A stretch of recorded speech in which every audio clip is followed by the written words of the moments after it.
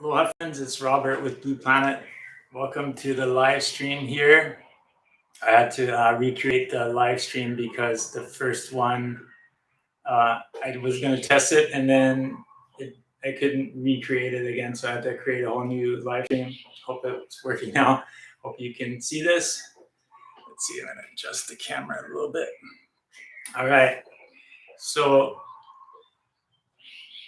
welcome to the live stream here. I'm trying this out. It's a new experiment where I'm just doing a live show.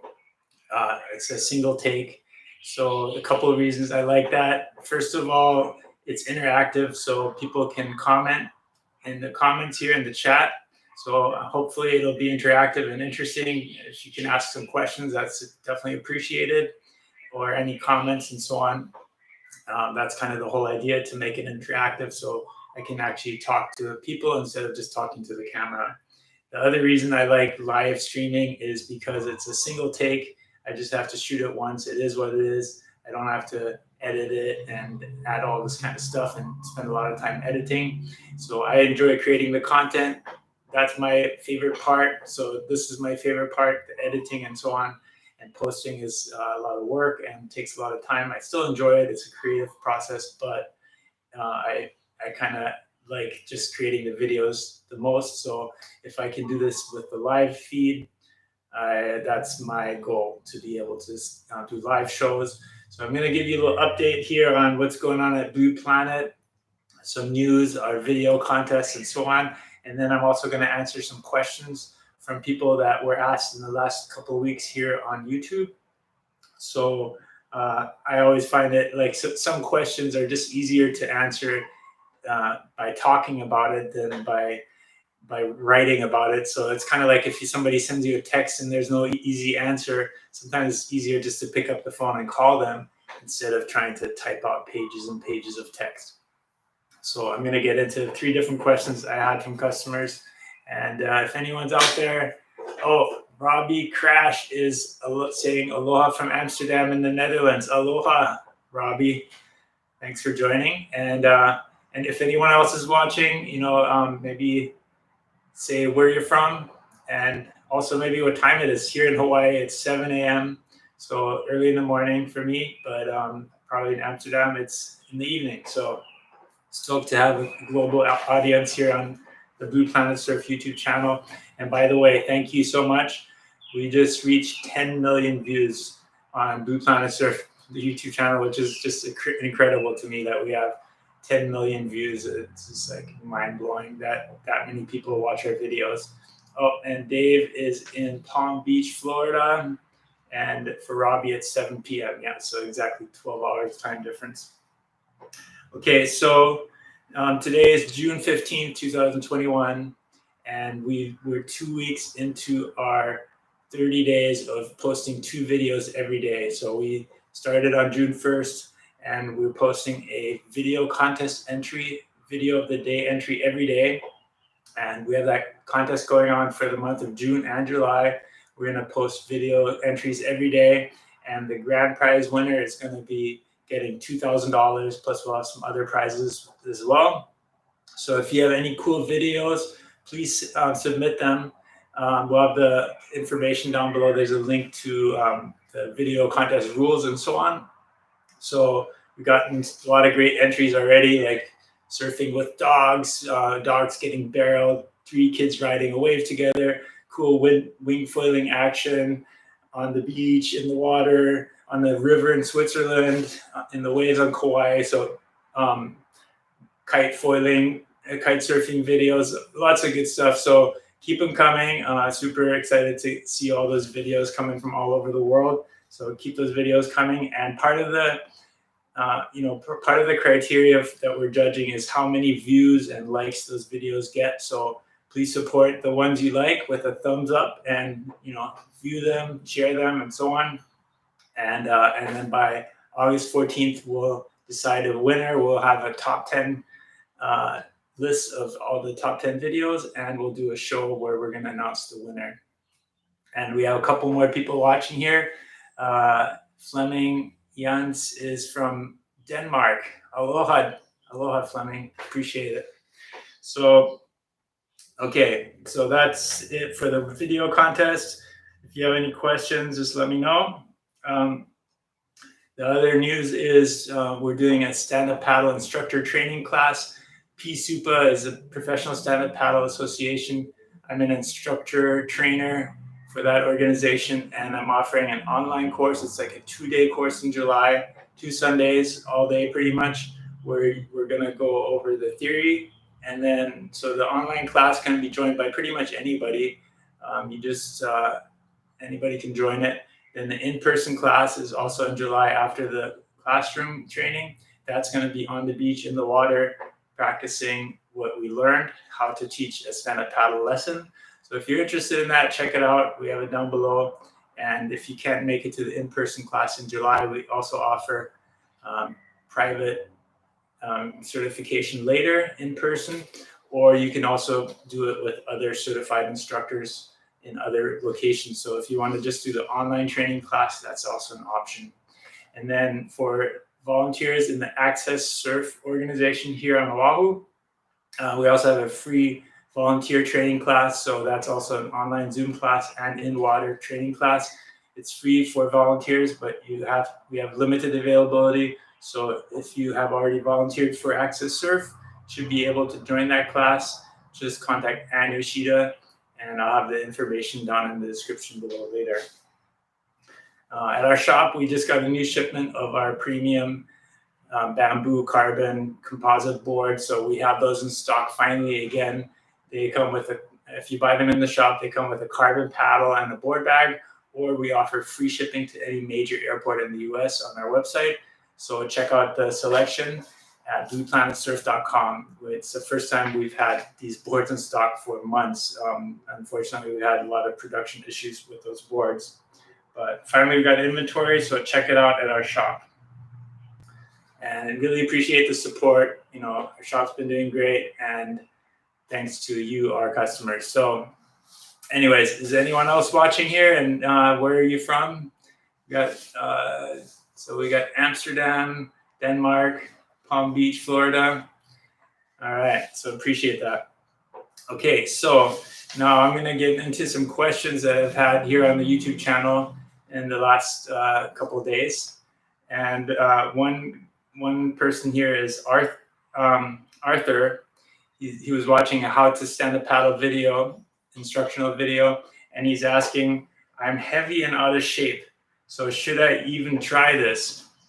So Arthur, I'm telling you, yes, you need to try this. So no matter what condition you're in, if you're out of shape and heavy, that's fine. The most important thing really is to have the right conditions and the right equipment.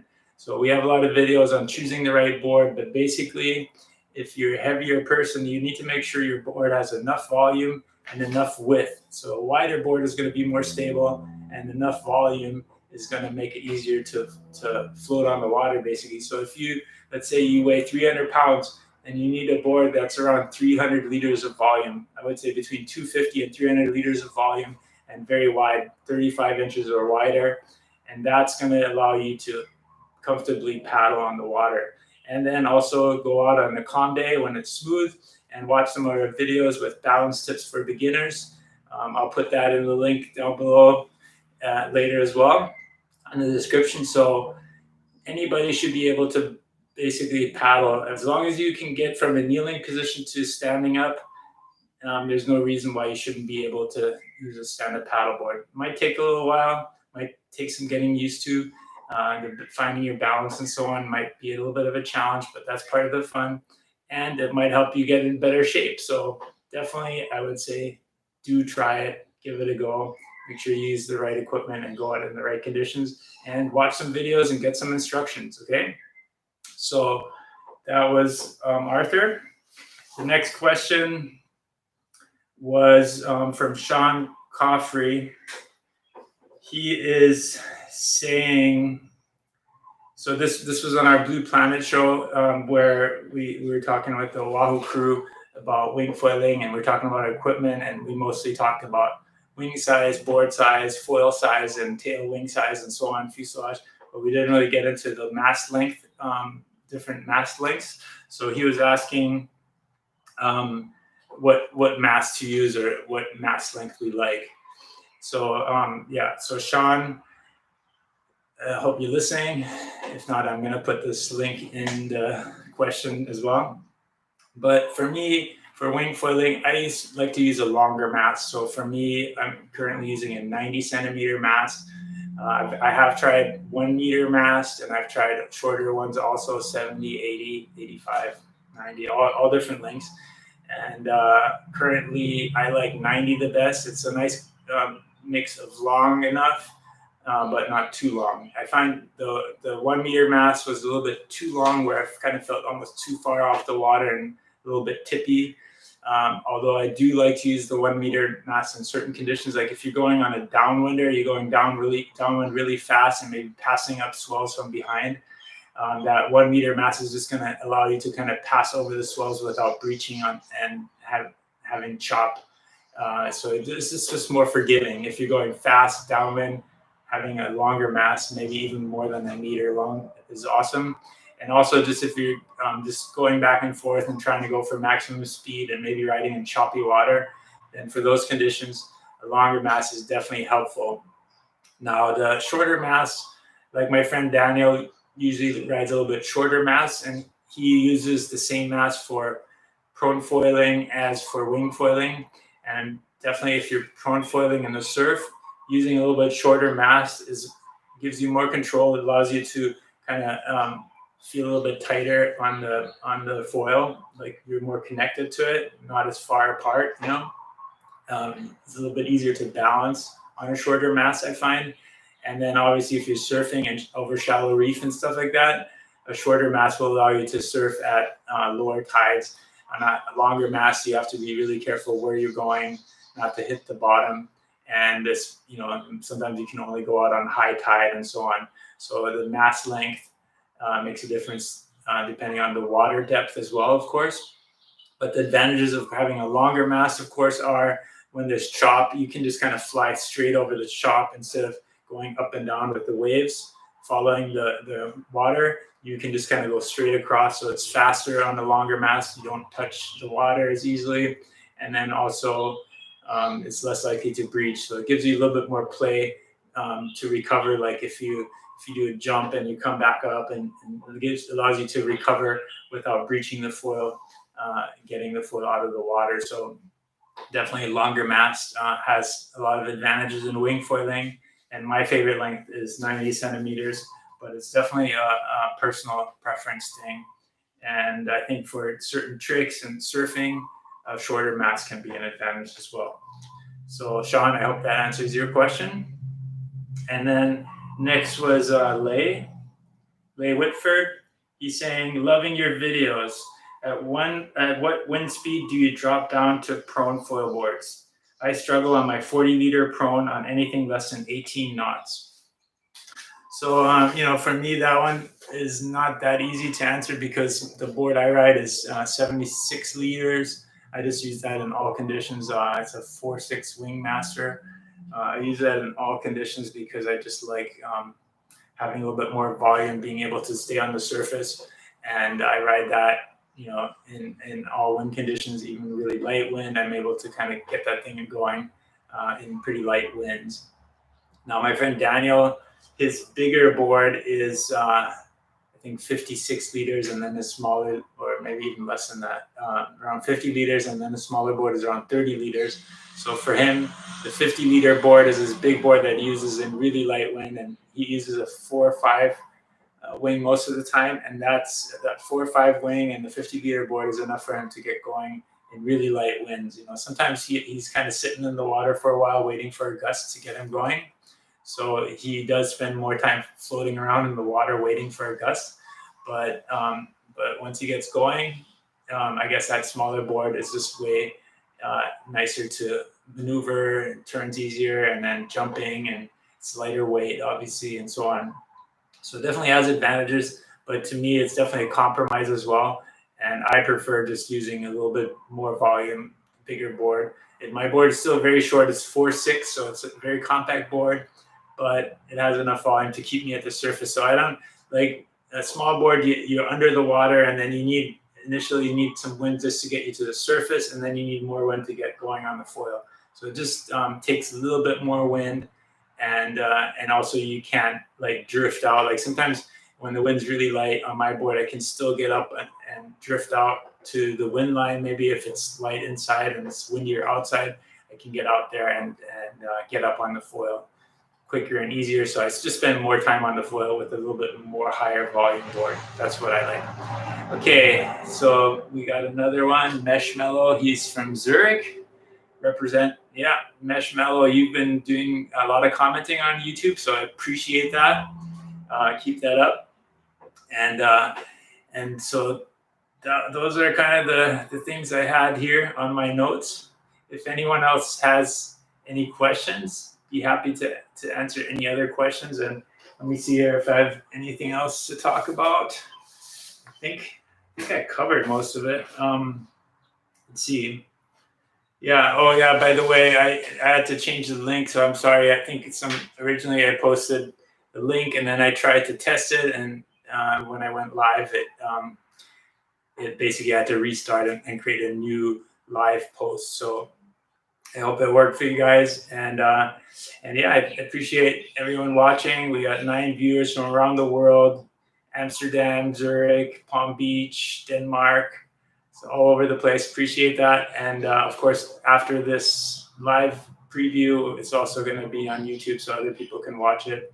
So yeah, appreciate you. And I might do this more often just because it's a little bit easier to post live instead of having to shoot and then reshoot and do several takes and then edit and add music and add text and intros, outros, and so on. So this just seems way easier. So Meshmellow is asking now, best spot you have winged outside Hawaii so far or planning to? So, well, that's a good question. Let's see. I started winging pretty much when the first wings came out, which was I think about 3 years ago now, and I've been to a few places after. Like I've been to New Zealand where I kind of had the opportunity to go winging, but it wasn't quite windy enough, and I had to borrow gear, and I wasn't able to go out in Pauanui. But so that was really the only place other than Hawaii where I had an opportunity even to go winging. So I haven't been winging outside of Oahu actually, like then the pandemic hit, and I haven't been traveling since that trip to New Zealand, which was in I think February of 2020. And so that's something I'm looking forward to, traveling and winging. You know, that's probably something most of you haven't really had a chance to do much of yet. So it'll be great to get out and try different spots out for sure. So Dave R saying, I have a kite foil board, like many people, a lift or more. I'm thinking of making or adding some foam fiberglass under kite foil board to make a beginner floaty wingboard. Oh wow, okay. So adding some foam and fiberglass under the kiteboard. I mean, definitely that's possible. I've actually, I wish I had the photo. Maybe I'll post that later. But I saw a guy at a local beach. He had a Wavestorm. It's one of those Wavestorm boards that you can get at Costco for cheap, and to add volume. And he mounted a plate mount on the bottom of it with like through the deck and screwed it down real tight. So that seemed to work, but then I guess it didn't have quite enough volume. So he took pool noodles and he cut them in half, and he glued the pool noodles on the bottom of the board, like 4 pool noodles, and to add extra volume. And I'm sure that also added some drag, and I'm not sure how it worked, but I just saw it on the beach and I thought it was pretty ingenious, a pretty ingenious way to add volume without spending a lot of money. So maybe that's something to consider, but I definitely don't know if it worked or not. I kind of asked him, and he said, yeah, it added some volume, but I'm not sure if he's actually able to get up on the foil with those pool noodles on the bottom. Probably adds a lot of extra drag, but who knows? Maybe it's a great way to also keep the board going straight and so on. So anything to add volume should probably work. I mean, But if you're gonna make the effort to glue more foam on and re-glass it and everything else, maybe it's just easier to just build a whole new board, you know. So I don't know, if you're gonna do all that work, it might be better to just start with a whole new blank, shape a new board, and then glass it, you know. Okay, Dave R. Like training wheels for a bike, adding liters of float or liters of float. Temporary adding a U-shaped piece around under foil and out to the edge rails. Okay, a U-shaped piece under foil, around and under the foil and out to the edges rails. Perhaps an inflatable float or some urethane molded to my kite foil board shape. What do you think of this idea, and is anyone doing this? Well, okay, so I mean, I know for stand-up paddling, there's some floats available, like inflatable floats that you can attach to the rail of the board. They're like long noodles that are inflatable, and they strap around the top and bottom of the board, so that gives you makes the board wider and more floaty. And something like that is definitely possible. I'll look for the link for that product, and I'll try to add it to the video later down below. But yeah, I think it is possible. I don't know if it's ideal. I mean, one of the things always when people start winging is, you need a big floaty stable board to start winging. But once you kind of get the basics down, you don't need a board that big anymore. Actually, the smaller, the better. So it's kind of one of those things where people don't really want to buy that big board because you're going to grow out of it. But at the same time, you do need that big board to learn. So you can't just buy an advanced wing foil board and learn on it. It's very challenging.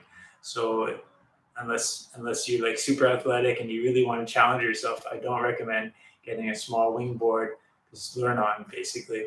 So if you can find a friend or borrow or rent or lease or whatever you can do, a big board, buy a used one for cheap and then resell it, that's probably the best way to do it. Don't spend a ton of money on a big floaty stable wing board, but it's something that you do need for learning on. And yeah, if there's a hack like that, adding some volume with inflatables and so on, it might work, but it's also going to add drag and cause other issues. So I'm not sure if that's the best way to go about it. Maybe just try to find a cheap beat up stable, like a stand-up foil board or something that you can just stand on without sinking it and without being too challenged with balancing on it. Just makes it a lot easier to get up on the foil the first time. So now Dave is saying, I have been using an old windsurfer until I may afford a real wingboard. Yeah, so old windsurfers are great for learning how to the wing handling, going upwind, and things like that. Ideally, you want a windsurf board that has a dagger board in the middle, like a long dagger board. That'll just allow you to kind of stay upwind.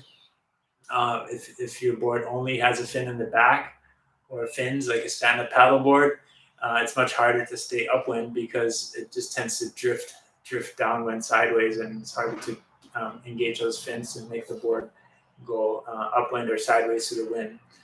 And I've actually also heard of people putting a foil on their board without the wing, so without the front wing, so they can't lift up, but you still have that long foil that acts kind of like a dagger board or a rudder and allows you to go upwind even without the foil. So that kind of takes out the foiling out of the equation, but it still allows you to kind of go upwind on a big foil board. All right, so I hope that answers your question, Dave. Yeah, I guess there's no easy answer to that. I mean, if you can make your kite foil board work, but obviously it's gonna be a pretty small board. I'm assuming like a small kite foil board is probably gonna be pretty small to learn winging on, because it's just gonna keep sinking and just makes it much harder. If you can have a board that floats on the surface and is stable enough to stand up on, and then get your wing going, it's gonna make your life a whole lot easier. So maybe try to find a board like that, and then maybe later on you can try to use that the kite foil board for winging as well. Like I've seen people using pretty tiny boards, but it does take some skill. And ideally, you want foot straps as well, so you can basically sink the board, put your feet on the straps, and then get the wing over your head and let it lift you up, and slowly get the board nose up, get the board lifted out of the water on the surface, and then get it planing on the foil. All right. Okay, so I think if we don't have any more questions, I'm gonna finish this up. Thank you all for watching, and of course, this video is also going to be available on our YouTube channel, so you can always watch it later. I'm going to try to add all those links that I was talking about. And yeah, thank you for watching, and stay tuned for 2 videos every single day. It's exciting. I'm halfway through the month, so for the month of June, we're posting videos every day. I started out with a bunch of videos in the queue that I could just post, but now I'm down to just like the last video or last 1 or 2 videos. So I'm having to edit a video every day, and today I'm doing a live feed, so this makes my life a little bit easier. And I might do this a couple more times this month, especially since I've got so much great feedback. I appreciate that. The kite boards are only a few liters, like 20 to 40. Yeah, that's a pretty small board. So I know, like my friend Daniel has a prone foil board that's about 30 liters, but that's after a 1.5 years of wing foiling pretty much every day. He's doing really well, and he's a very talented foil surfer. So for him, that's possible. I only use a board that's 76 liters, and I started on a board that was like 130 liters. So, you know, it's a process. Work your way down to the lower volume board slowly, and for a lot of people, like the really low volume boards are not really necessary. I think it's it's definitely a trade-off. You know, you do get some advantages of having a tiny low volume board, but it also has a lot of disadvantages. So to me, I'm always for making it a little bit easier and having more fun, and that's where those little bit bigger volume boards are great. All right, guys, thank you so much for watching, and like always, please give the video a thumbs up if you enjoyed it, and subscribe to the Blue Planet Surf YouTube channel. Probably all of you guys are already subscribers anyway. Thank you so much. We have now have over 31,000 subscribers in the world, so it's so awesome, and kind of hard to believe that there's even that many people into these sports. But and 10 million views, which this blows me away. Anyways, thank you so much, and as always, see you on the water. Aloha. All right.